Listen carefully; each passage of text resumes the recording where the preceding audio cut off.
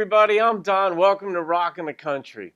Today I'm doing something that's a little bit different, and it's Vince Gill telling a story, and not in a song. Vince, it turns out, and I've seen a number of his storytelling ventures, if you want to call it that. You know, he'll sit down and do a duet with somebody, but first he'll regale the audience with a story about something, about his father, about his upbringing, about whatever. And he's a great storyteller. He's very funny. He's got good comedic timing, good attention to detail. And so this one is where he's talking about his father and learning to drive. I haven't heard this. I don't know it. Oh, Squitter 21, I just did a recommendation of yours, of George Jones. Man, this is your week or something like that. But you requested that I do a reaction to the one where Vince talks about his father meeting Dolly Parton. And what was the issue with that? Oh, I already did a reaction.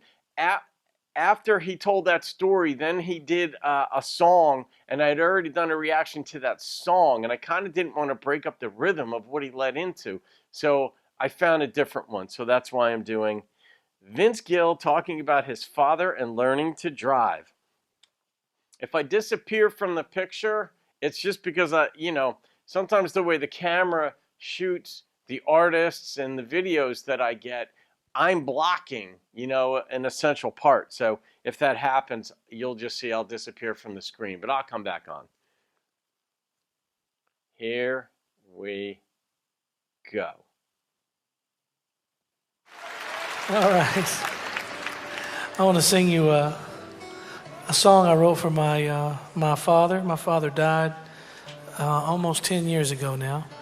I can't believe it's been 10 years, but it has. And my dad was a character. He was a lawyer for the first half of my life and a judge for the second half of my life. But he felt like a judge all of my life. He probably was. He was, he'd go to work, put that suit and tie on and a little Brill cream in his hair, and he was all slicked up. But deep down, he was a redneck Okie, Got any Okies here tonight? Just me? All right. That's where I learned that Oklahoma's where the men are men and so are some of the women, so you have to be careful. But my dad was a very strict father, very, very, very strict, and he was a very big man. He was 6'3", weighed over 300 pounds, a very imposing man. He was like having Patton, Clint Eastwood, and John Wayne all rolled up into one guy.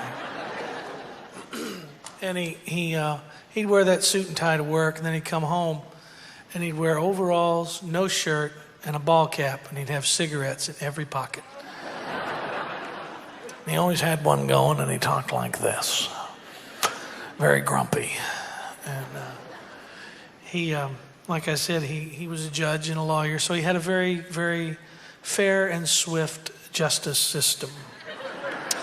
As a father, it was very swift. You screwed up, you got your ass kicked. No gray area, none whatsoever.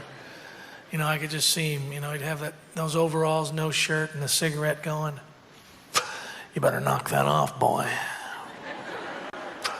Don't make me come over there. I'll give you something to cry about. All that stuff. And no matter where you sat in the back seat of the car, he could still get you. I'd always try to sit right behind him, and I'd get as close to that seat as I could, and his head would be right here, and he could still, still get to me. Didn't matter where you sat, he could get you. I wish that, that I could have seen the reaction of my father if somebody would have suggested to him that time out would be a good thing.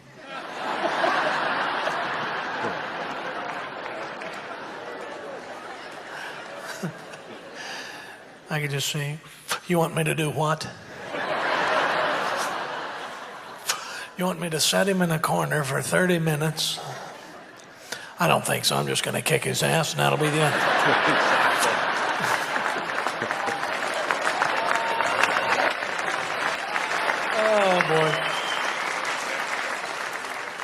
I I have so many great memories of me and my dad. I think one of my favorites is when I got my first job. I was about 15, I guess. I lied about my age to get the job, and I was making $1 an hour at a pizza parlor a couple of blocks from the house. I thought I was Donald Trump, man. I was raking it in, and I wanted to save up some money, buy strings and picks and records and stuff like that. And so I'd be out there working at the pizza parlor, and most nights, about 15, 20 minutes before we closed, the phone would ring, and I'd pick it up. And my dad says, "Hey, boy, is that you?"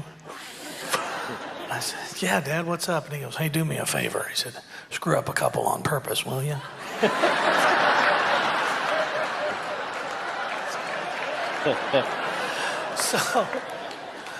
So it'd be closing time, and there'd be 4 giant pepperoni pizzas on the oven. I'd make up a fake to-go order or something, and the manager would come in. They didn't pick these pizzas up? I said, "No, I made them." I said, they never came, And he goes, "Well, do whatever you want to." "Okay, I guess I'll take them home." I did that when I worked at McDonald's. Vivid memories of the old man in his underwear eating pepperoni pizza at midnight. With a cig going. That ain't right, man. My house was like a pool hall growing up. And then I got to be 15 and a half. This is my favorite story of all. And I got my learner's permit, and I'd never driven a car before, and I got this permit when I turned 15 and a half. And every night before I went to bed after I got this permit, I prayed. I said, "Please, God, please let my mother teach me how to drive." Sure enough, one Sunday afternoon, my dad was in his overalls, no shirt, his ball cap, and he had a dip of chew going, with the drool going down on the chin and cigarette going. He'd been working in the yard all afternoon. It was about 140 degrees in Oklahoma, and he looks at me and goes, "Come on, boy, I'm going to teach you how to drive." Chew and a I cigarette. looked at him. I said, "Oh, I'd like to, but I've got so much homework. It's crazy how much homework. Shut up and get in the truck. Come on." We pile in the truck, and he tells me to go down to the first street and make a right. And I was bummed out because it was the busiest street in all of Oklahoma City. I just wanted to knock around in the neighborhood, and I'd never driven before. "Go out there and turn right." I said, "Okay." Just sat there, and I couldn't make myself go because it was a really, really busy street. Finally says, "Come on, let's go, damn it, let's go. Come on, let's go," And so I finally get the nerve to ease out into the traffic, and just my luck, some idiot in a GTO is going 100 miles an hour over the hill. And I pulled out in front of this car. And this guy locks him up and goes squealing around us and almost hits me and proceeds to hang the bird out the window. At me and the old man, he looks at me and he goes, "Catch that son of a bitch."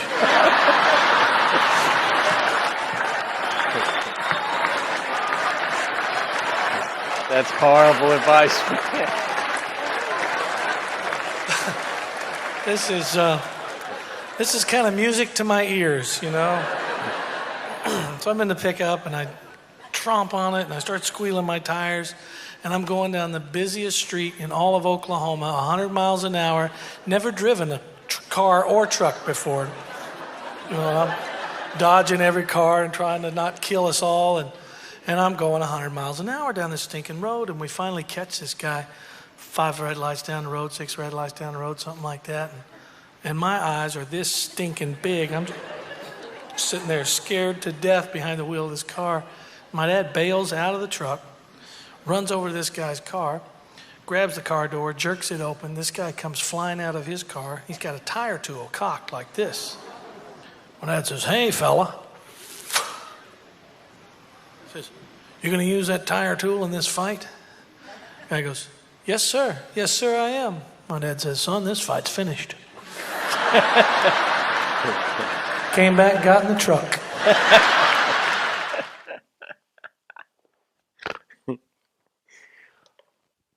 What do I say to that?